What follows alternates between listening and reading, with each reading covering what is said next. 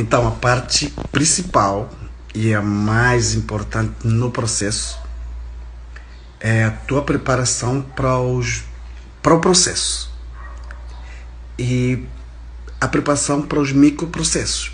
O processo é uma estratégia já montada. Os microprocessos são partes que precisam ser completadas, que são desconhecidas.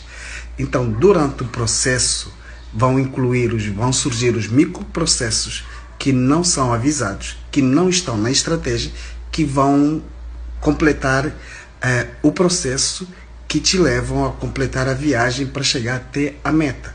Mas durante os microprocessos, eles são tão desconhecidos para completar um processo para a viagem, que eles chegam a ser as partes mais preocupantes, porque durante o processo você precisa estar aberto, porque ele vai custar qualquer coisa que você esteja disposto, inclusive a tua morte.